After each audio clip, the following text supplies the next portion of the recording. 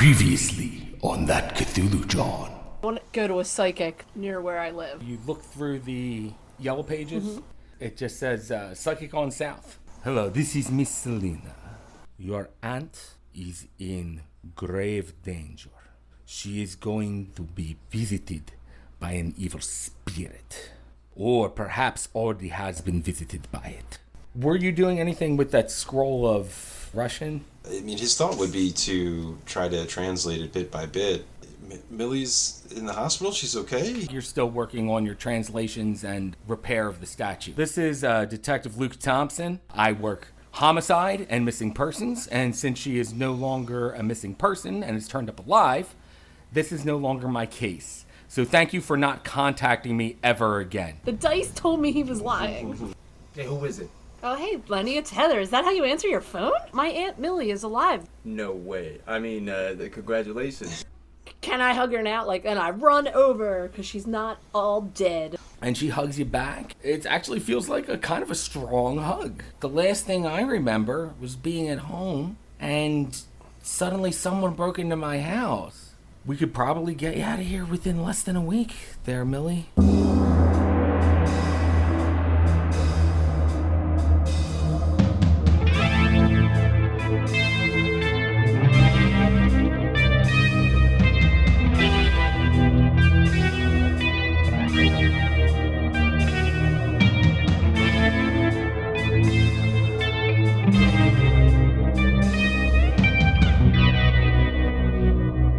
Welcome to that Cthulhu John.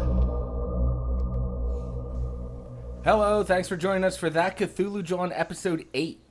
We are a real play Call of Cthulhu podcast. I am George, your keeper of arcane lore, and with me are my friends and investigators, Chad, Hey, everybody. Chuck, Yeah. and Jenny. Hi.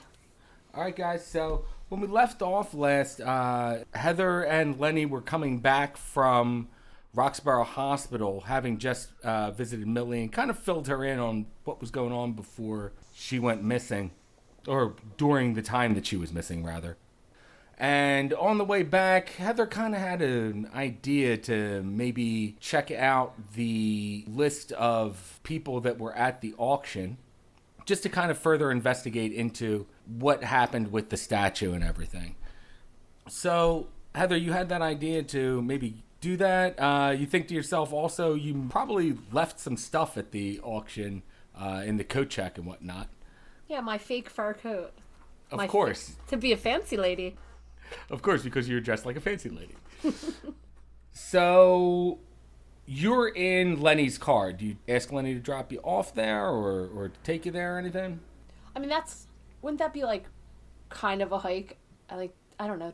No, you're coming back from Roxborough Memorial Hospital. Roxborough's not too far from Balkinwood. Oh, okay. Oh, yeah, I guess. I seem like a little bit of a mooch. Not a problem. All right. All right, so you guys take a swing by Ventucci Art Gallery. As you pull up near there, the corner space that it occupies, you see that the front window has been all boarded up, taped over, and there's still some glass shimmering that you can see around the outside of it, or perhaps it's ice. Not quite sure right now. It's still very cold. But you get to Ventucci Art Gallery, and the front door is still open. Like ajar? No, like They're open for business. yeah, they're still open for business. As you guys walk into it, you see that there is still the front podium where someone usually greets you, but there's no one there right now. A lot of the display walls look like they have been set back upwards, straight up. Mm-hmm. You don't see as many works of art that are up on these walls or sculptures or anything. You see far fewer than you did last time you were here, ostensibly because they may have gotten damaged during the storm or whatever the wild animal attack was. Okay, so is there anyone there to that I can see? As you walk in, you hear a door slam in the back of the art gallery, and a guy runs up to the front. It was sorry, we weren't expecting any any people coming in right now. Can I help you with anything? Yeah, I was here the night of the disturbance, and I left auction. the auction, and I left my coat here. Looking for a jacket. Oh, I see. Well, I could go to the coat check and get it to you. Can you describe the coat for me? Do you have the ticket? No, I don't have the ticket. It's a like knee-length leopard print mock fur jacket. Okay, let me go see. That shouldn't be hard to find. It's really nice. So he goes to the back. Give me another intelligence roll real quick. Both? Both. 50. 20. All right, who got the... Did you get a hard pass on that one, Lenny? Yes. I have 85 and I rolled 50. Is that a... All right, so that's a regular pass. Yep. But Lenny got a hard pass, so because he rolled less than half of his okay. total. Okay. Oh my god. But more than a that fifth. that just clicked like for the first time. Yeah, 8 episodes it's regular, and it just hard, yeah. and extreme. That's why you made me do so much math. Exactly. So, Lenny, you last saw the guy writing down stuff, and it looked like he might have probably stored it in the podium. He's kind of peek behind it when he runs to the back. As you peek behind it, you do see the last list of people that were there for an auction. Trip. I mean, I guess I could take it. It might come in handy.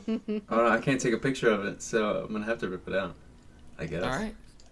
So you take a piece of paper out from there. Give me a stealth roll to see how stealthfully you can rip this paper out.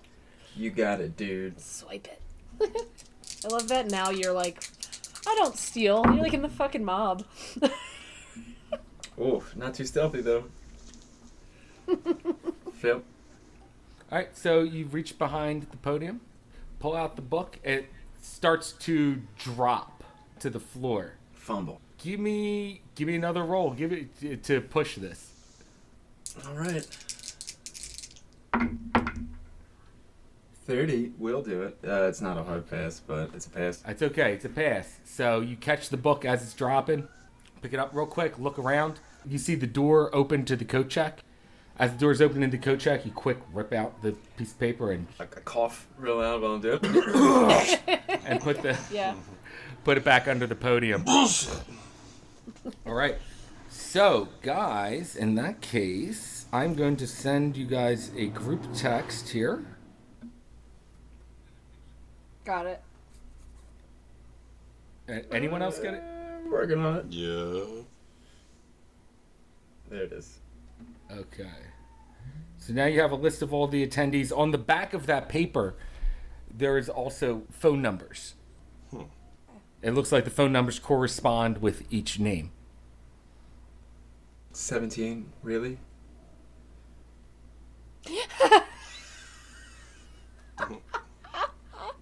Boy, you about as Spanish as Rion Seacrest. Sit your ass down with your friend. It's not the same Rion Seacrest. Different Rion. Well, let's see the Russian names. Yeah, I was gonna say 8 and 9 are questionable. What was the rich socialite's name? Gordon Riles, number 10 on the list. That was the wealthy socialite. Oh, Look at that. The people that canceled. Yeah, there were 2 spots that were canceled on the list there. It looks like they may have been a husband and wife couple, but they were replaced by Lenny and Heather. Does it have the Covington's number on the corresponding page? Yeah, it does. It has their numbers crossed out on the back of the page, Okay, but legible. but legible. You can still see them. Well, I pocketed it real quick, throw it in my jacket pocket. All right, you throw that little piece of paper in your jacket pocket, and the guy comes back with a faux fur leopard print coat, knee length. Very And he classy. goes, this must be the one you were talking about. That's the one. So he hands it to you. And he doesn't seem any the wiser of anything that has been taken from the podium. I think they said they don't have any cameras here, right? Right. Do you guys bounce or talk to this guy? I would think we leave. All right. Do I know that Lenny stole it? Like, You saw him do it. Yeah, Okay. you were right there. I'm probably gonna give it to you anyway. But you guys now have this list of names? Once we get to the car, I hand her the paper. I say, just in case it's important later. Homicide ain't investigating no more, so you might need it. Hang on to it. oh my god, you're Not like you're a the coat genius. check ticket. All right, so anything else you want to accomplish for the day, for Sunday? Nothing particularly. Maybe stop and get some food on the way back. But otherwise, been out all day. Yeah. Ish. All right, so you guys head on back home, grab some food on the way.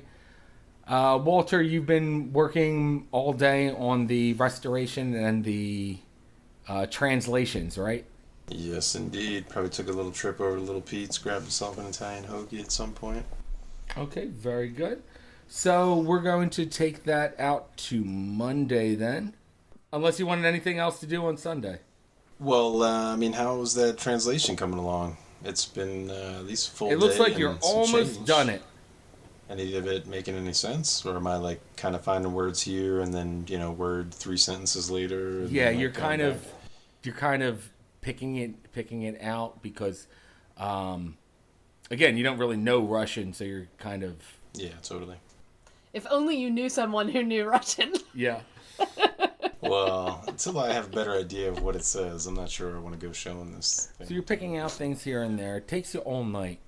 But come Monday, did you go home that night, Walter, on Sunday night? Or did you really burn the midnight oil? Yeah, he probably would need to take a shower at some point. So, yeah, he'll probably go home, shower, get some clean clothes, and come back. All right. Come back the next morning? Come back later in the evening. Later in the evening. Okay. All right. So, Walter, I'm going to say you spend all night there. You lock up the store, Definitely. but you do spend all night there translating. And I'm going to say you get about 2 days worth of translation in. Just burning that midnight oil. That's what he likes to do. He never gets the chance to do this kind of stuff. Takes you a long time. Yeah. But around 5 in the morning, about 2 hours before the sun comes up, you finally finish the translation of the paper. And here's what it says. Oh, man. It says, I have seen it, the Windwalker. It lumbered and stomped in from a blinding white blizzard, its eyes glowing furious with anguish, appearing in the form of some horrific mockery of a human shape, but terribly large, bluish and gaunt, with limbs that stretched gruesomely long. The head guard, Zaitsev, fed prisoners to it, to appease the ancient thing.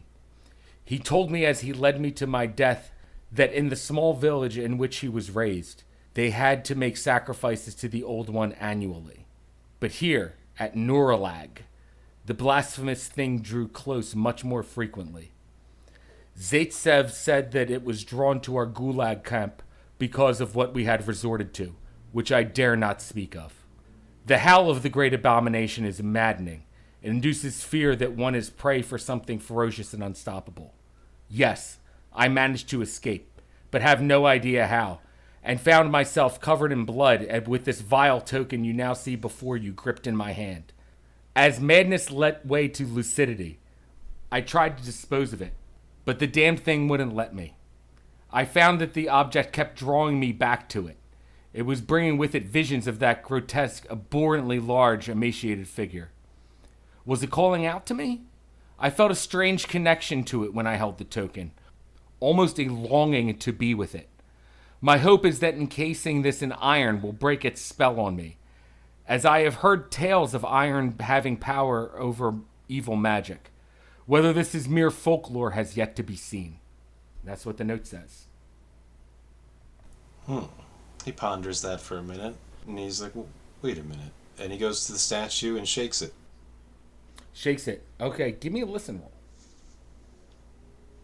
His what token? Something... Ooh, 16 is a pretty good listen roll. 16 is a very good listen roll, but is it an extreme? Ah, he's only got 29. Nah. Is it a hard pass? No. No, it's a few points away. A few points away from a hard. How about the epoxy itself? Is it clear? Yes. Look around. Do I have any bright lights which I could use? Of course you do. Yeah. Alright, well, I'm gonna take one of them and try to shine it through the epoxy and see if I can see inside this thing. All right. As you look inside of the thing, taking a deeper, closer look at it, it looks like there are some sort of spokes coming from the inside edge of the statue and leading towards the center of it inside. Are they like keeping something in place? What do you That's mean? what it might seem like. Okay. Shit. He grudgingly sighs at the realization of what he probably has to do. Well, in that case, I guess I would take something like, maybe like an ice pick or something, and try to chip away at the epoxy carefully so I don't make any more damage. All right. Chip away at the epoxy a little bit, doing it carefully. Give me a dexterity roll. Warm these dice up. Yeah, you warm 'em up. I stand by smashing it like a coconut. Get all the stuff out of it all at once, like a piñata. Yeah. I feel like you should let it out slow like a balloon. 7 is pretty damn low. I will actually pass.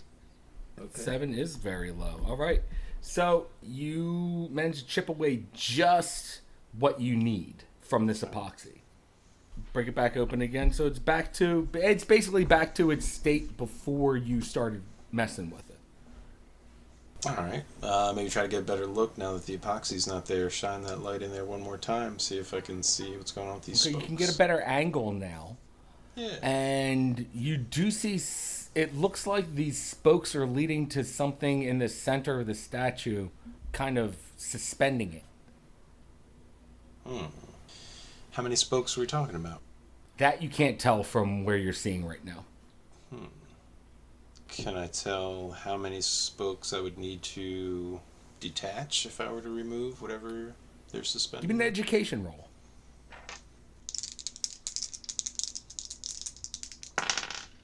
36 is well within his 77.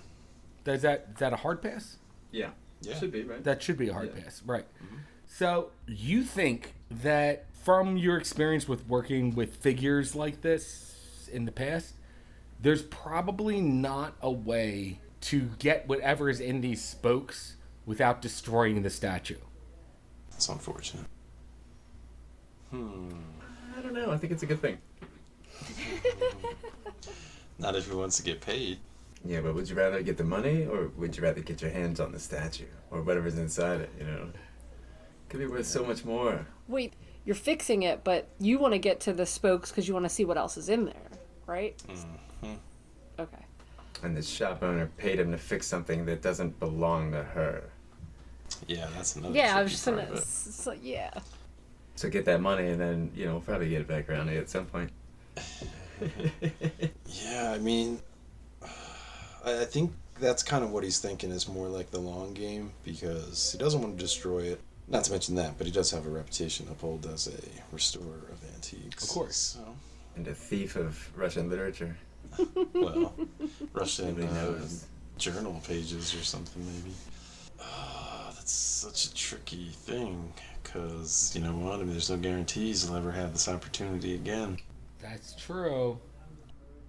So let's leave Walter off there. It's 5 in the morning or so. It's very early on Monday.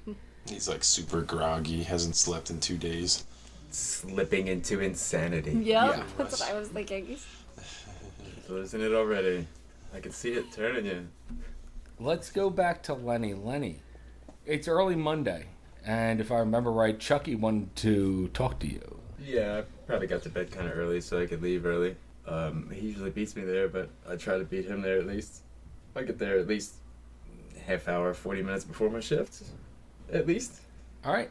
So you get there a half hour before your shift, and as you get there, you don't see too many other people there. You see some other guys that are coming off of their late shift driving, and they're going home now as you're starting your day.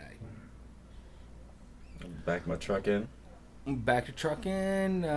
There's not much going on right now. There's the coffee. They have the coffee station and everything. There's some bagels there. Get my itinerary or whatever. Do whatever I gotta do before. Unless I see him somewhere. Have a look around. No, you start your itinerary. You get some dock workers to load up your truck with your deliveries for the day. And as they're loading up the last little bit, you see a silver Chrysler pull up and it parks up. And out of the passenger seat steps Chucky. And he comes out and he's sipping on a coffee. He looks over, looks around a little bit, and he goes, "Ah! Hey there. Good to see you. Looking good." Leonard, nice to see you, my friend. How about you and I go for a little talk? Let's just step into your box truck. It's like a cab. It's not a box truck. We'll step in the cab. So, as you step in, it says, "So, Leonard, you were at the gallery, were you not, when some sort of wild animal or something crashed through?" Yes, I seen everything go down. Craziest thing. I don't think it was an animal, though. Huh, not an animal.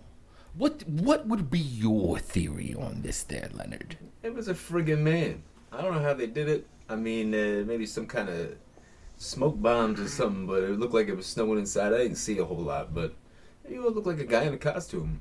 If I gotta be honest. It wasn't a bear. I seen a bear. It were no dog or wolf.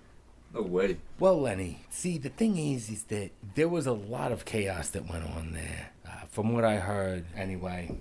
Some guy got his face bit. But I also heard from my good friend, Miss Bellagrosso, that you returned the statue to her amid everything that was going on.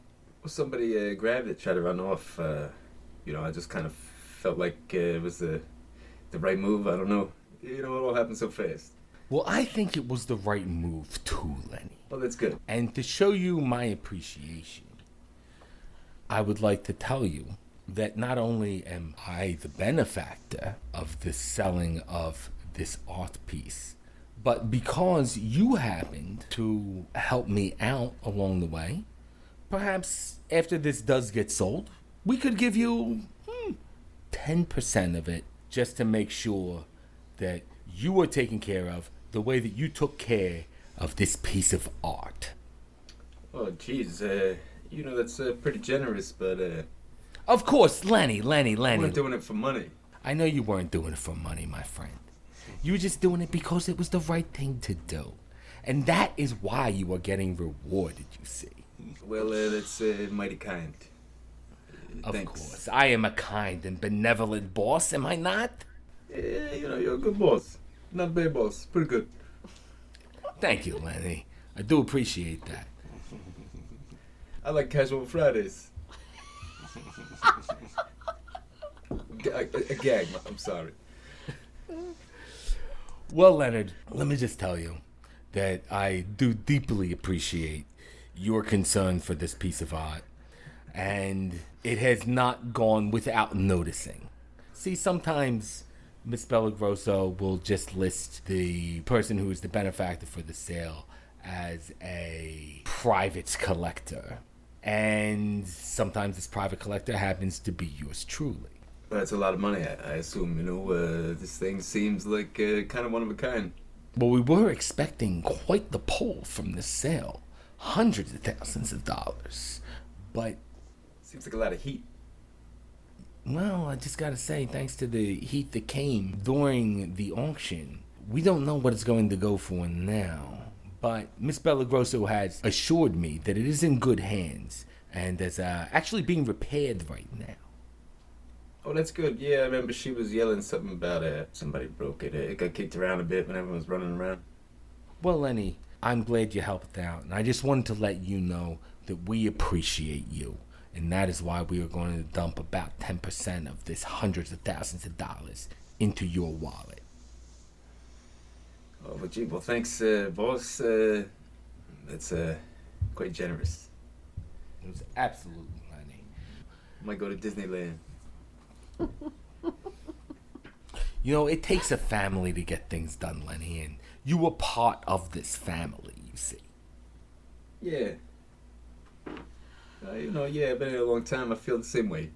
And he gives you a pat on the shoulder and he says, I'm starting to think an important part. Oh, no. And he leaves the cab of your truck and continues to sip on his coffee on his way out. Give it a honk before I pull out. All right, so do you go on your deliveries for the day? Yeah.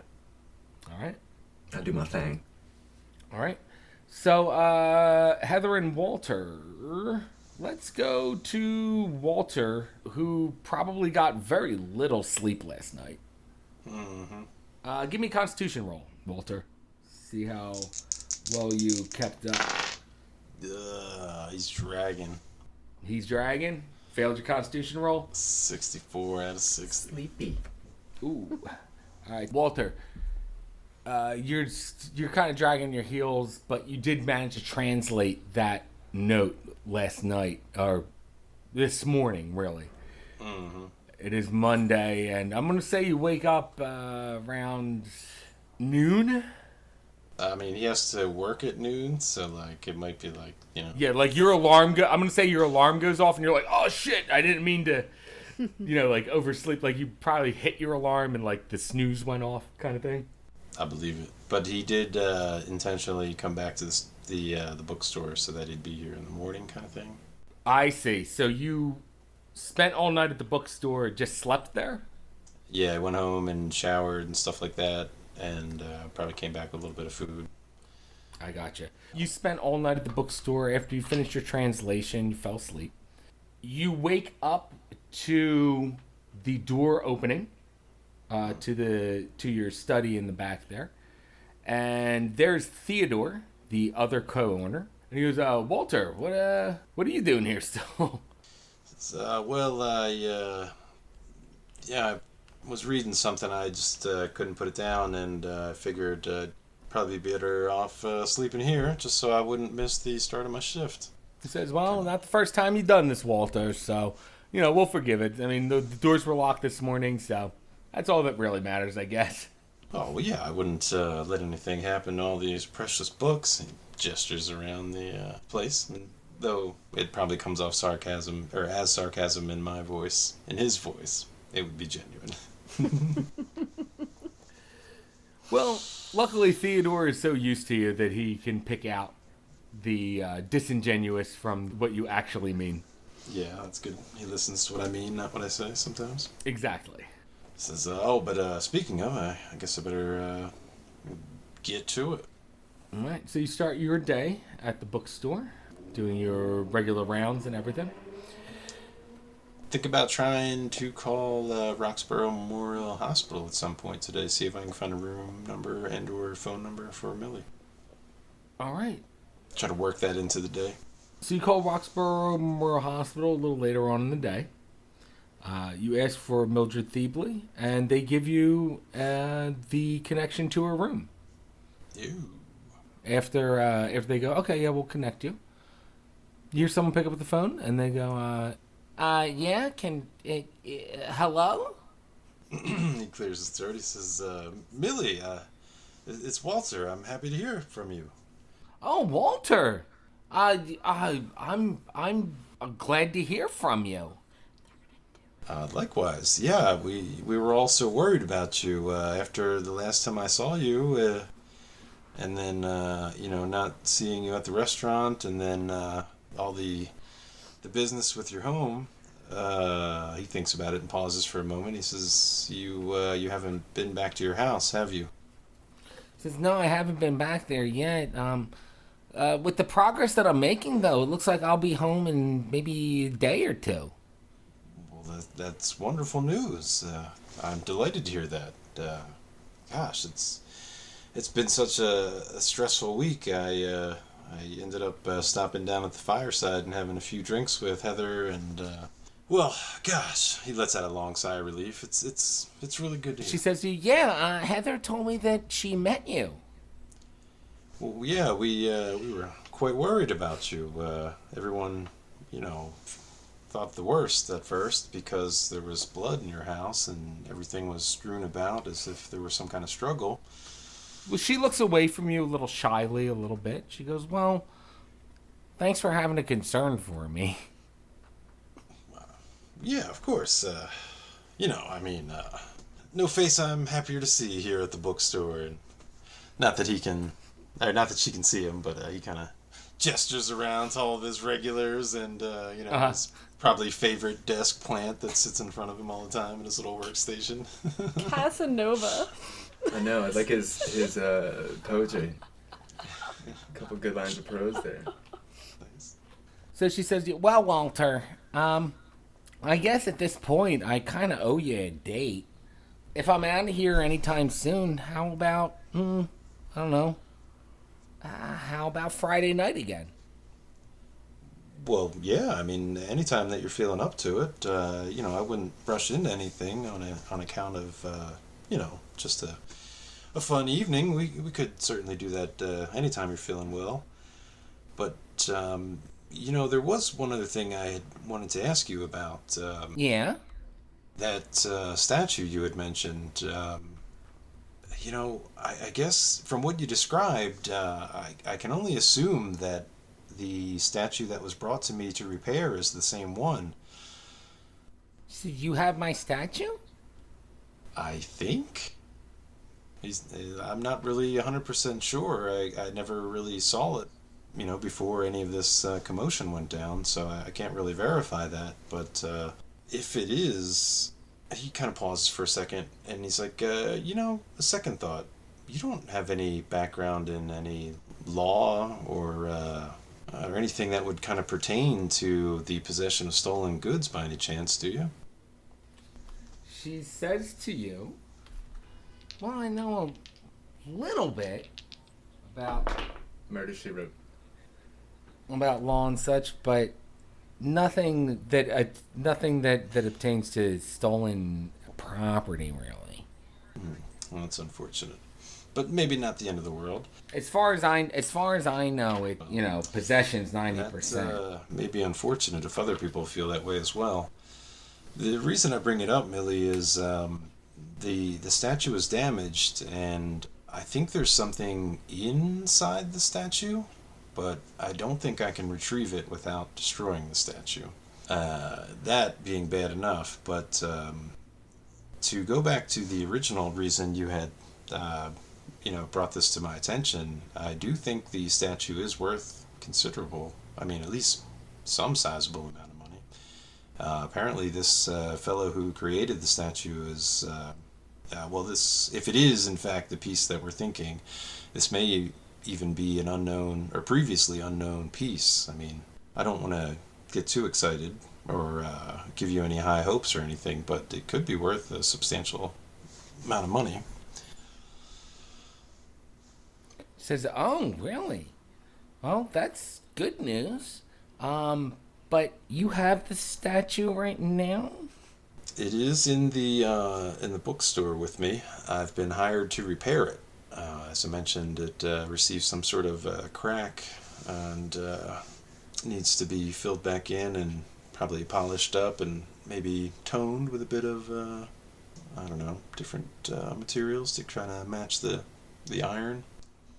Well, Walter, if you can hold on to the statue until I'm out of the hospital, maybe I can come by and, verify that it's the same one.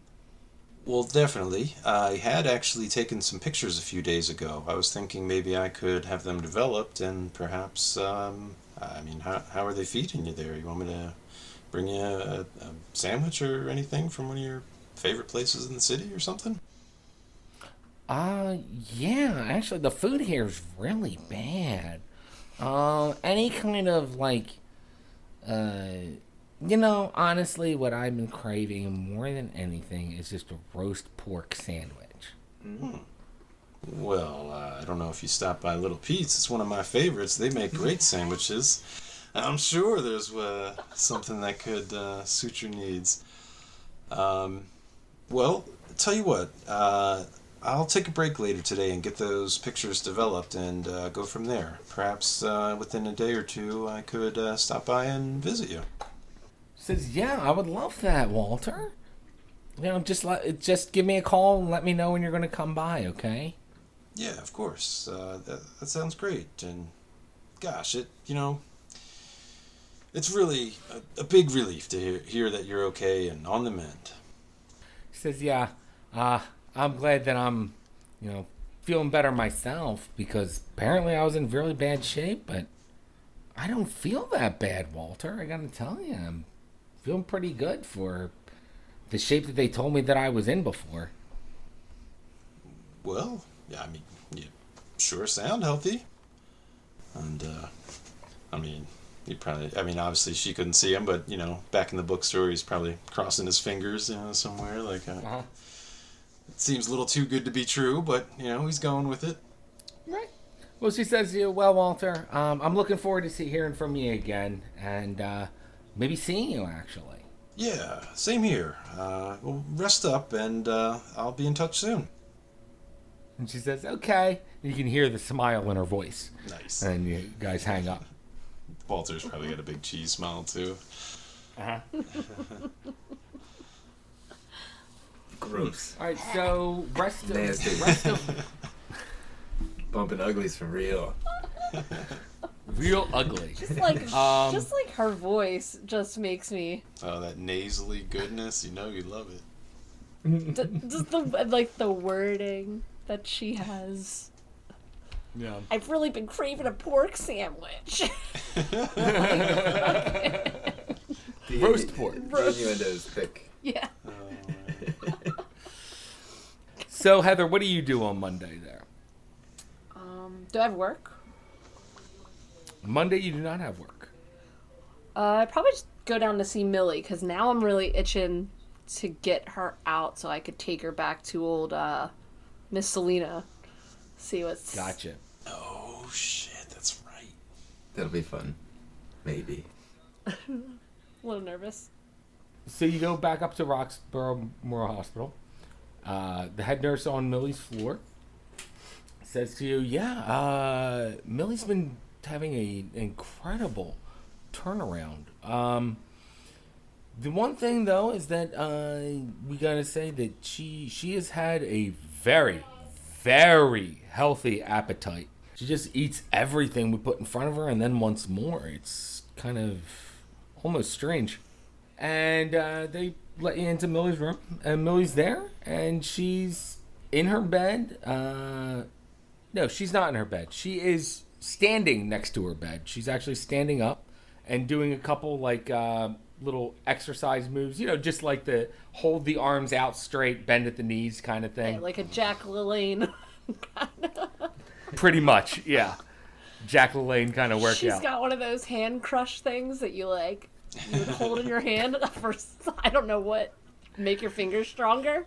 I know what you're talking about. The grip strength trainer. Yes. Mm-hmm. But no, she does not have one of those. She's doing the Jack LaLanne calisthenics workout kind of thing. And she turns to you, and as you walk in, she goes, Heather! Hey, nice to see you again. Oh my God, Aunt Millie, you're up and are you working out? She says, yeah, I can't stand being here much anymore, honestly. I'm waiting for the doctor to tell me I can go home. I just can't wait till he gives me the word. Well, what are they saying? Do you want me to go ask them? Well, they told me that, no earlier than Thursday that I'd go home, but I'm ready to go now, honestly. Well, I'm sure they know what's best for you. I mean, you've been through a lot. You gotta, I'd say, get your strength back up, but looking pretty good. Says, yeah, I'm feeling pretty good, too. And she kind of, brushes her hair back a little bit.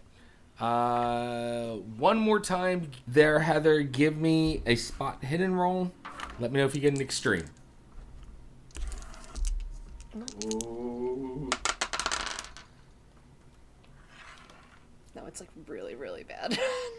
It's Don't worry about it. 84. 84 is pretty bad. Yeah. So she, just kind of brushes her hair back a little bit and kind of redoes it so that it's in her favorite style where it's kind of covering her face, as she is a kind of a shy lady. That being said, she turns to you, Heather, and says, Heather, I just want to say thank you for being so concerned about me and everything. I know you got your own life and all, but thanks for looking out for your old aunt. Of course, Millie, I love you. I was so worried about you. Listen, I do appreciate that, but I'll be home soon, hun. Okay? All right, I can't wait to see you in your own house. And you guys kind of part ways at that point. Heather, what do you do for the rest of the night? It's Monday. I don't know, maybe like just normal things, maybe read some of that horoscope book. Okay. Read through your horoscope book. Let's see what Lenny does for the rest of Monday. Heather's phone rings sometime that evening, maybe between 7 and 8 or so. Okay. Lenny calls Heather up. And it's ringing, I guess. Oh right, there's no caller ID because I was gonna be like, Heather, who's this? Who answers the phone like that? That's rude. It's very rude. Hello. Yeah, hey, Heather, this is Lenny. What's going on? How are things? Really good. So went to see my aunt. She's like a superhero. I feel like she might look better than she looked before. She was working out. Yeah, good for her. I really didn't expect too much, especially from what I heard. You asked me to look into, what might have happened. Ask around a little. Yeah. Well, I might have a little more information for you, or it's more like advice. I suggest you leave that statue alone and maybe tell your aunt not to pursue it. I don't think I don't want to see her get hurt again. Oh my god, you're really freaking me out. I mean, my aunt's kind of like obsessed with it. I think it has that effect, honestly, but I kind of been thinking about it a lot, but Well, I mean, I trust you.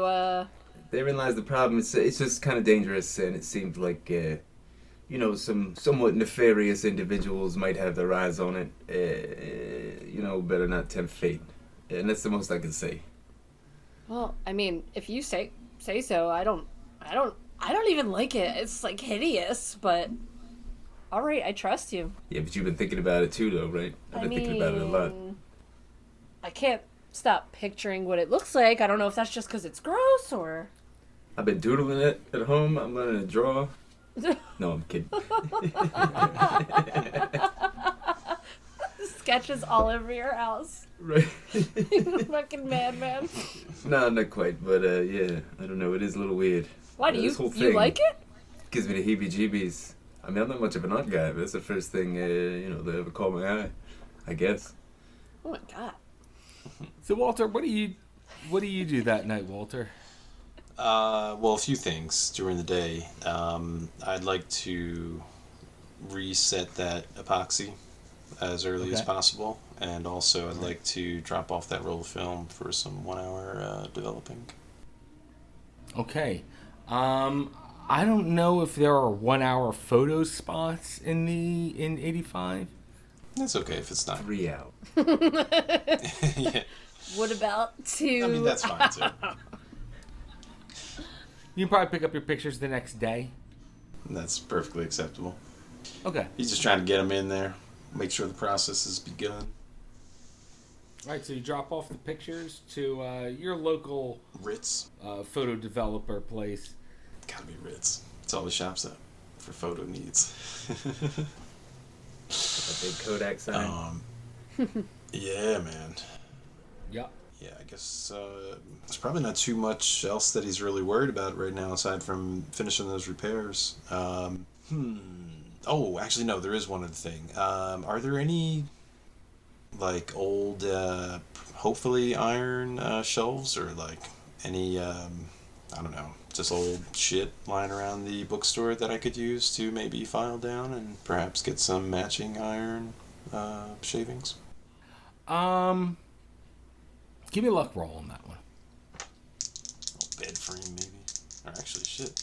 What, does he have a bed frame for the little, probably single bed that he has in the place? I'm gonna say it's more like a cot. Okay. 18.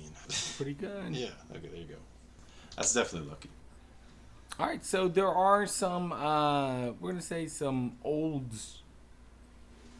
tables or shelving units or something that are made of iron that you can break down. That are, we'll say there's a small bookcase, very small bookcase, almost like a nightstand, like end table kind of thing. I don't think I'll need too much, right? How big is this crack that we're talking about? Oh no, you won't need too much at all. That's good to hear.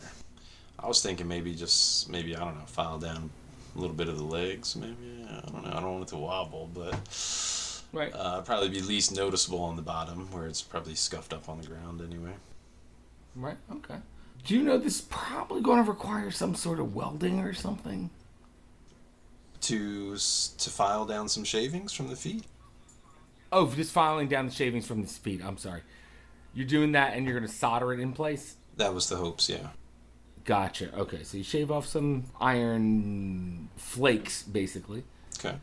Solder those in place. Let me see. For a soldering roll. I was hoping that was going to fall into the whole antique restoration category that he, does for a living kind of thing. Yeah, I think it would. I think that's fair. I mean, it's essentially Yeah, that does he's make making sense. like a spackle with metal, and you could always file that down, and Yeah. I mean, maybe hide it enough, try to match it the best you can. I kind of get it. I mean, his thoughts would be to, like, solder it and then sand it down, and then hopefully, like, tone the repaired spot with some of his other restoration. Like, I'm sure he has, like, spotting markers and stuff like that. Maybe not markers, but maybe come up with a custom concoction to try to match the tone of the iron. Give me a dexterity roll just to see how steady your hand is while you're doing this. Clickety clack. Low roll. Feeling a little nervous. With good reason. 68 is not especially steady. All right, so you start to kind of do this, and you realize that your hand's a little on the shaky side. Do you want to push the roll, or do you want to just leave it at that and maybe try again some other day? Well, I think I don't want to push this roll. I mean, ultimately, I'm hoping that I'm going to be using restoration to finish the job. So, I mean, if anything, I'd probably want to push that. Do you have a restoration, like, skill? that's his. Yeah. Yeah, it's like his art. That's like or my craft.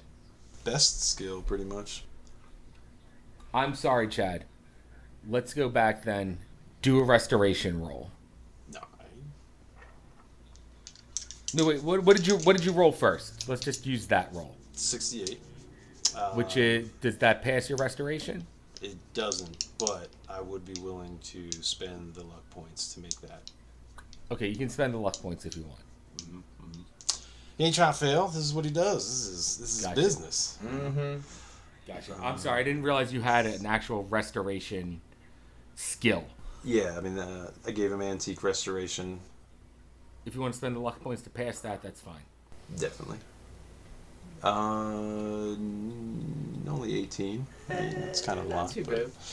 So you're sealing this crack back up, yes? Yeah. Okay.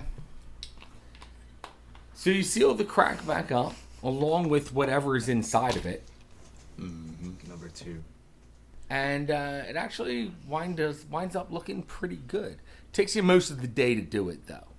Yeah, I would think so. Well, actually, I mean, he was working till 8, so this would probably be another long evening for him, I was kind of thinking. Yeah, Okay. yeah. I'm going to say you probably get done around midnight. Okay. Right. But it looks pretty good when you're done with it. It looks pretty damn good. Well, I would take the time to kind of cover it and stow it away safely, so it's hopefully not noticed by anyone. Okay. So you hide it away pretty well in your back study room at the bookstore at Joe Clark's Bookshop. And that's going to take us into Tuesday. Tuesday morning. Heather, you get a call at like 10 in the morning, and it is... Okay, I'm sorry. Rather than Heather, let's go to Lenny. He wakes up the earliest. Lenny, it's about 6:30 in the morning. When you wake up, get ready for work. The usual. Just go to work. Nothing special. I mean, not this early anyway. I mean, I know Heather's not awake if she's not just going to bed. Oh, come on. No. I got up at like 10 that one time. Yeah. I'm not sure if I'm aware of Walter's possession of the statue at the moment. However, I assume he's going to give it back to the lady that paid him to fix it, so no harm, no foul, hopefully. Mm-hmm. Well, you know. But Heather, your phone rings at around 11 in the morning, which is around a little earlier than you usually get up, I'll say. Yeah. But your phone rings. Do you answer it or do you let it ring? No, I answer You it. answer it. Okay, you answer the phone, and the person on the other line says, "Hi, is this Heather Snakehole?" It is. Heather, your Aunt Mildred is getting to be a little riled up. She really wants to leave the hospital, and if there's any way you could pick her up or send a cab for her or something, she wants to get out of here pretty bad. The doctor has given her the warning that she shouldn't leave. However, she has signed a form saying that she can leave against doctor's orders. Could you come pick her up or send a cab for her or anything like that? Yeah, I mean, I'll definitely get her, but is it like, what's wrong with her that she's like not healthy enough to leave? It's just under the conditions that she came in that the doctors are being cautious that she shouldn't leave, although her constitution is just turned around completely. I gotta say, I'm not a doctor, I am a nurse, but she looks like she's ready to go home. Yeah, I'll pick her up. I'll either come in a cab or get a ride. I'll be there as soon as I can. Okay. So do you call a cab? Do you call someone else? Well, it's like a weekday, so Lenny's working, right? Because I'm really annoying. So Yeah. just constantly, okay. Thank God. I know. Can you come get my aunt? She's fucking starving. She wants out. Yeah, I just call a cab and I go down. Okay, so you go up to Roxborough Memorial Hospital, and when you get there, they direct you back to Millie's floor again. The nurse says, yes, Heather, was it? Yes. She says, well, your aunt has had quite the turnaround. The only problem that we've had, as she's walking you back to the room, she says the only problem that we've had is that she doesn't seem to be able to get full ever. Like, we feed her, but she doesn't seem to get full any, at least on the food that we're giving her. And she walks back to the room, and there's Millie. She's in bed. She's actually pacing around the bed right now. And she turns and sees you and says, Heather, have you come to get me? Because this is just getting silly, me staying here anymore. Yeah, Millie, I'm here to get you. I hear that you're really trying to get out of here. Says, yeah, I mean, what's the point of me staying here? I feel fine. I'm not. I don't know. I'm not a doctor, but are you sure you're feeling up to it? Well, I know my body speaks to me, and my body tells me that I'm okay to leave. Okay, if you're ready to go, I have a cab out front waiting. She says to you, great, I've been craving like something, I don't know, meaty, like a cheesesteak or a roast pork sandwich or something like that. Walter. I mean, we can stop and get you something to eat on the way home. She's like, I just want something fatty and salty and bad for me, you know? Yeah, I get in the mood for that stuff sometimes. We'll stop and get you a sandwich, wherever you want to stop on the way. All right, so you guys leave Roxborough Memorial, and I'm gonna say you guys swing by like a McDonald's or something like that, any fast food hamburger joint, and Millie orders 2 like double cheeseburgers kind of thing. Mm-hmm. And as you guys are pulling away, she just devours those 2 double hamburgers like nobody's business. Oh. Absolutely tears through them. I'm so hungry. Oh, Millie, you weren't kidding. You were really, really hungry. She says, yeah, I couldn't stand that hospital food. I heard you were tearing it up in there with the food too. So, yeah, well, you know, it just wasn't satisfying. What can I say? I mean, are you gaining any weight? I wish I could eat like that. Better get that girl a steak.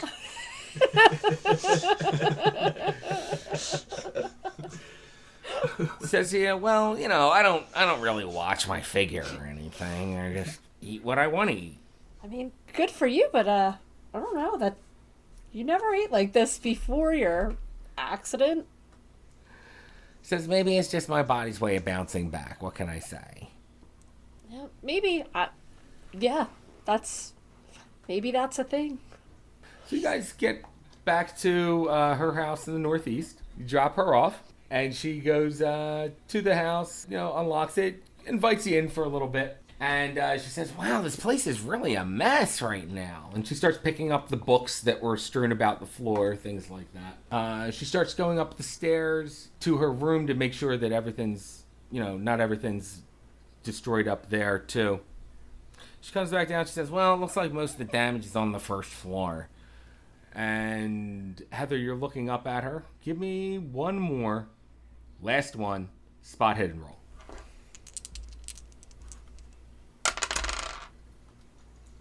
50. 50. All right. So she comes down and she embraces you. She gives you a hug. And she says, once again, you know, just thanks for looking out for me. And she says, you know, well, I got a lot of stuff to kind of take care of around here. Unless you want to stick around and hang out and help. Yeah, I'll help you do. Yeah, you want to put some of this stuff away? Yeah, so she just asks you to help kind of tidy the house up, make sure that things are back in order the way that they should be. And let's go back to Walter. So, Heather, you're at about 2 o'clock in the afternoon Okay. right now. And I'm at Millie's, right? You're at Millie's helping her Clean up her own blood. organize Yeah. stuff. I wanted to ask her if she wants to go somewhere with me tomorrow. Okay, what do you want to ask her? Just like, hey, Millie, I was just wondering, would you want to, you know how I'm so into horoscopes and all that stuff. I asked a psychic about you, and I don't know, I feel like they knew a lot. She says to you, oh, you're not still talking about all that psychic and horoscope stuff, Millie, are you? it's true. I'm telling you. I read them every day, and it's true. It's a science. Heather, I'll go along with it, but only because you looking out for me while I was gone. Oh, thank you so much. You're going to love it. I'm telling you. She's going to tell you everything about yourself. You're going to be hooked. All right. So she agrees to do that on Wednesday. But for the rest of Tuesday, what is Walter doing? Better pick up those pictures. All right. So you pick up the pictures of the statue and the scroll that was within? No, just the statue. It was just the I statue. decided to not take a picture of the scroll. Okay. So you pick up the pictures of the statue, and they all come out pretty grainy, but you can still you can still make out all the details, but they're very grainy photos. But like they appear exposed correctly, but just didn't really come out sharp, kind of. Is that what you're saying? Or It looks like a bunch of dust was on the film, basically. I mean, it's still recognizable as the piece. Oh, easily. Or would, Easily, that's yeah. That? Okay. Well, that's good at least. All right. Well, for documentation purposes, I might also actually pick up a new roll of film. Seeing how grainy this is, maybe I'll go with something a bit more sharp, like a 100 speed or something. Lower speed. ISO. And plan to take some after repair pictures. All right. Okay, so you get your film. You got your pictures. Lenny, what are you up to? Just the usual work, and then I think I'm still probably taking it easy from the other day. You know, I ain't a young man no more. Just keep my head down for the moment. Okay. All right, Lenny. So the rest of Tuesday goes by. Hang on, there was one other thing though that I'd hoping to take care of before the end of the day. Yes. I'd like to. I think back to the day of the auction. Was it Officer O'Shaughnessy or something Shaughnessy. like that, or O'Malley? Shaughnessy. Did he give me his contact number? He just gave you the number of the general number of the Bala Cynwyd Police Department. Precinct. Okay. Well, then I would like to try to reach out to him and see if I can get some legal advice. Okay, so you call Bala Cynwyd Police Department. After a couple transfers, you eventually get to someone who picks up the phone and says, "This is Shaughnessy." Yes. How are you, officer? My name is Walter Pendergast. We had spoken not that long ago at the Ventucci Art Gallery. He goes, yes. What can I do for you, Mr. Pendergast? Well, I was hoping you might be able to give me some legal advice. I believe I am in the possession of stolen goods, which were brought to me for repair. And, I guess, I can't verify that, unfortunately, but hypothetically, were this to be stolen goods and I were to return them to the person who hired me to repair the damage to it, what does that mean for the original owner? I mean, do they still have any claim to this, if it is in fact theirs? Is there any proof that it belongs to who claims to own it? Well, I mean, I'm 99% sure that it does belong to the person I think, but the person who hired me to fix it is someone else who obtained it somehow. I don't know that either. But I suspect the person who contacted me about this piece of artwork in the first place would have some records of her inheritance. Says if there's any sort of actual paper trail that could lead back to who you're talking about, then perhaps you would have some sort of leg to stand on. But just word of mouth is not enough to have any sort of conviction or anything like that. Yeah, of course. Well, I basically wanted to check in with you because I am planning to return this piece of artwork to the person who hired me to do the job, but my suspicions being what they are, I figured I'd at least inquire so I'd be able to inform the, I believe, proper owner of what some of the options may be. Officer Shaughnessy says to you, well, if you can come up with, again, any sort of proof to back it up would really help your case. Of course. Well, I appreciate all the insight. Thank you. He says, no problem, and hangs up the phone. So that's going to take us out of Tuesday, unless anyone else is doing anything. The usual. Okay. So Tuesday night, As you guys are home, the 10 o'clock news comes on. The 11 o'clock news comes on. During the news, they mention some sort of wild animal attack. This time, it was in the Independence Park downtown. It happened late that night on Tuesday around 10 o'clock. So about an hour before the broadcast. So it kind of opens up with the animal attack. And there were several people that were injured during the attack. However, no one was killed. Any eyewitness reports of what they saw? Yeah, actually, they come up across someone who's, looks wild-eyed, and they're like, it looked like some sort of ice-covered bear or something like that, or a man that was just enormous. I don't know exactly what to say, and then it cuts off and goes to the next person. Who says, yeah, I was just lucky to get out of there alive. There was so much snow around and everything that it was hard to see. Freaking knew that guy was a guy in a costume. Huh, that's pretty strange. But all you guys see that news broadcast. Are they saying it's like a specific animal? Like, they're saying animal attack? They're saying animal attack because of the wounds that the survivors have suffered. The eyewitnesses just seem to think it's some sort of animal that has attacked them. Why would freaking art thieves be attacking random people?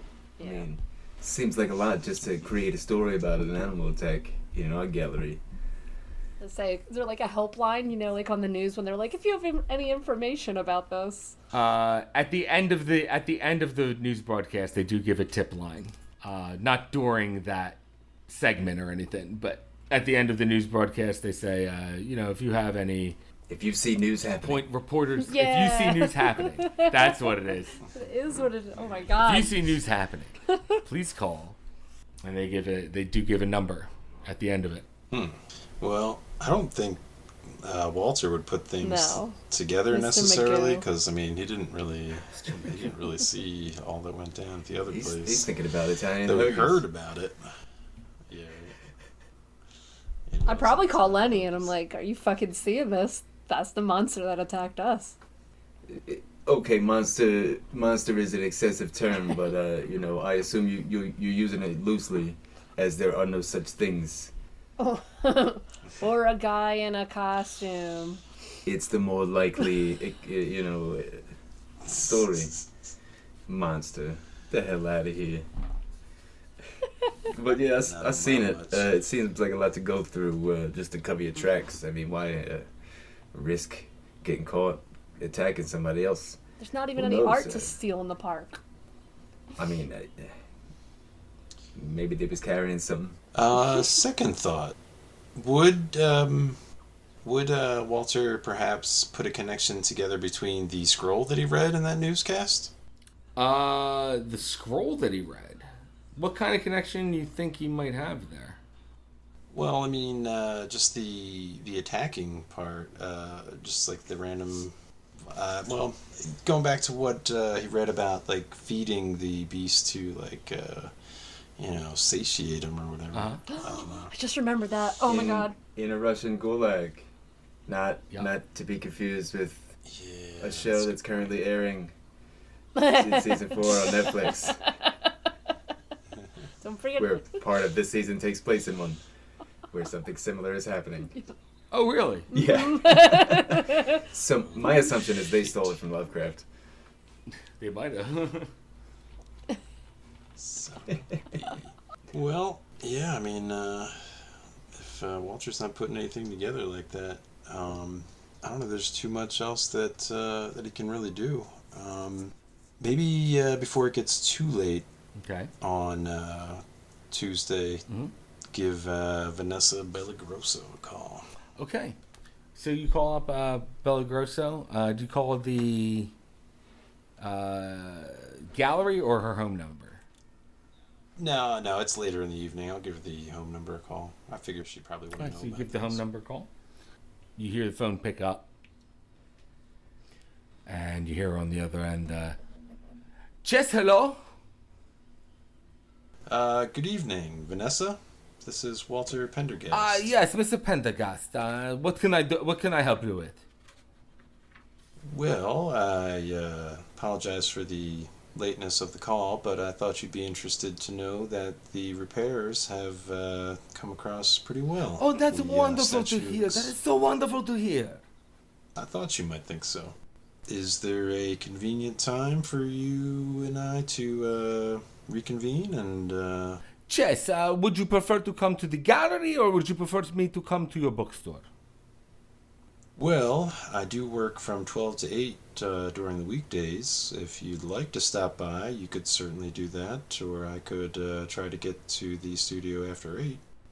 She says, yes, why don't you come to the gallery tomorrow, Wednesday, yes? That's perfectly acceptable. What time can I be expecting you?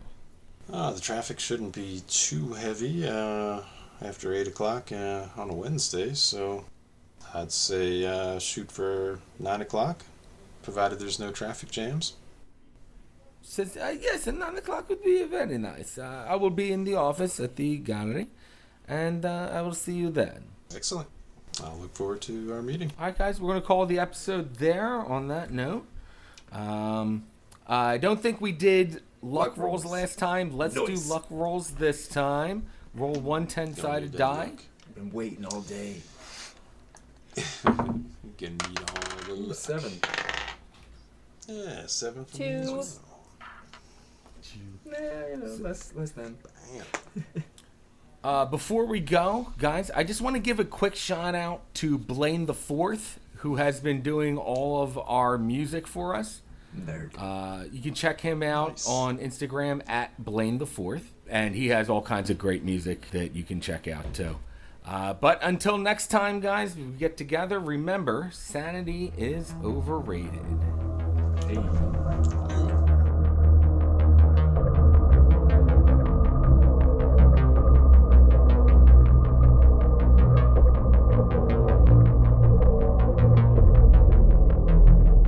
Hey, this is George. Just a quick reminder to like, follow, and review us if you like what you're hearing. You can email us at contact@thatcthulhujohn.com with any comments, and you can follow us on Instagram at thatcthulhujohn.